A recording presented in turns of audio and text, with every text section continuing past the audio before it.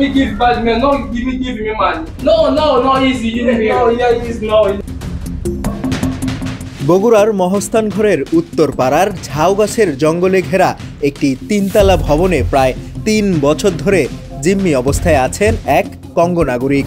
তার নাম বিটোবলি বঙ্গেঙ্গে। অভিযোগ রয়েছে ব্যবসায়িক প্রস্তাবের কথা বলে বাংলাদেশে এনে তার পাসপোর্ট সহ প্রয়োজনীয় কাগজপত্র জব্দ করা হয়েছে, ফলে দেশে ফিরতে পারছেন না তিনি। Speak me give your money, give me advance. No give money, no go my country.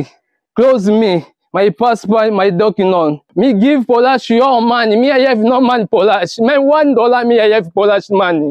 Man now me speak Polish. Me give you your money. Why me long time Bangladesh? Why time Bangladesh? Why?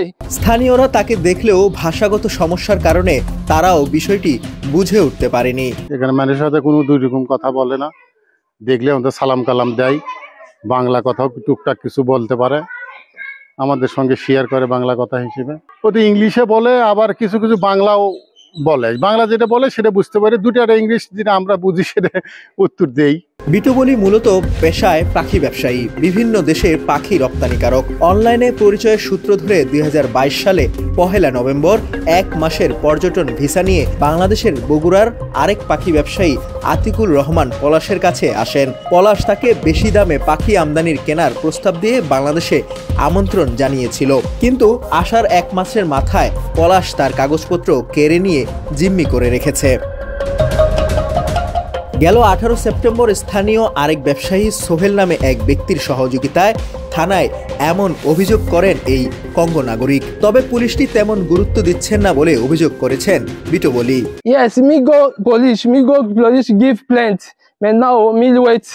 No solution come.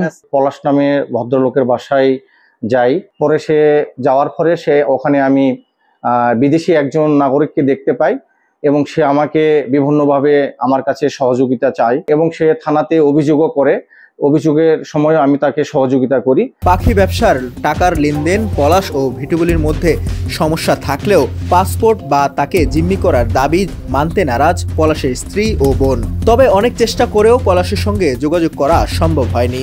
আমরা বলেছি, আমি বলছি, আমার মেয়ে বলছে, আমার ছেলে বলছে তুই বাসায় চলে যা, তুই বাসায় চলে যা। তো এখনো যাও না কেন? ৩ সপ্তাহ ৪ দিন পর আমি চলে যাব। ৪ দিন পর ও পুলিশ কেস করছে, সাংবাদিক আসতেছে। মানে এটা তো কখনোই না। ও যদি আমরা জিম্মি করে রাখি, ও বাড়ির যদি বন্দি করে রাখি, তাহলে বাইরে কেমন করে যায়? না, আমরা কোনো ওনার কাছ থেকে টাকা নিইনি। ওনার থেকে আমরা উল্টো ৩০ লক্ষ টাকা পাবো, তার মধ্যে ৯ লক্ষ টাকা ও আমাদেরকে দিয়েছে। এখন ইম্পোর্টারদের সঙ্গে হাত মিলে ওকে আমাদেরকে আরো নিঃস্ব করার জন্য করে এই প্ল্যানটা করছে। এটা প্ল্যানিং। ওই একাই চলে যাবি। আমার ভাইয়া কোনো পাসপোর্ট ভিসা অনলাইনে পাসপোর্ট ভিসা লাইনি আমার ভাইয়া। এই অভিযোগ নিয়ে বগুড়া সদর থানায় যোগাযোগ করা হলে কর্তব্যরতরা ক্যামেরার সামনে কথা বলতে রাজি হয়নি।